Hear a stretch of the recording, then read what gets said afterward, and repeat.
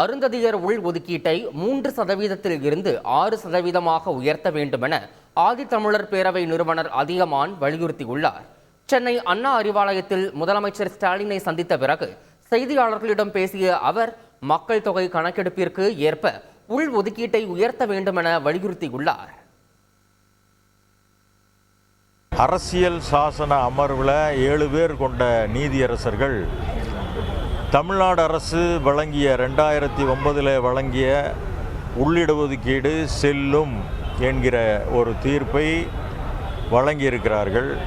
அந்த தீர்ப்பு என்பது இங்கே இருக்கிற ஒடுக்கப்பட்ட அடித்தட்டில் இருக்கிற அருந்ததியர் மக்களுக்கு மிகப்பெரிய வாய்ப்பை அதை வழங்கியிருக்கிறது. 7 விழுக்காட்டை 6 விழுக்காடாக மாற்றி தர வேண்டிய ஒரு அவசியம் இருக்கிறது. அதை இந்த அரசு செய்யும் என்கிற நம்பிக்கை எனக்கு இருக்கிறது. இன்னும் மக்கள் தொகை கணக்கெடுப்பு நடத்தப்படவில்லை. அந்த மக்கள் தொகை கணக்கெடுப்பு நடத்தி அதற்கு ஏற்றவாறு 2001 மக்கள் தொகை அடிப்படையில் கொடுக்கப்பட்டது 3 விழுக்காடு இடஒதுக்கீடு.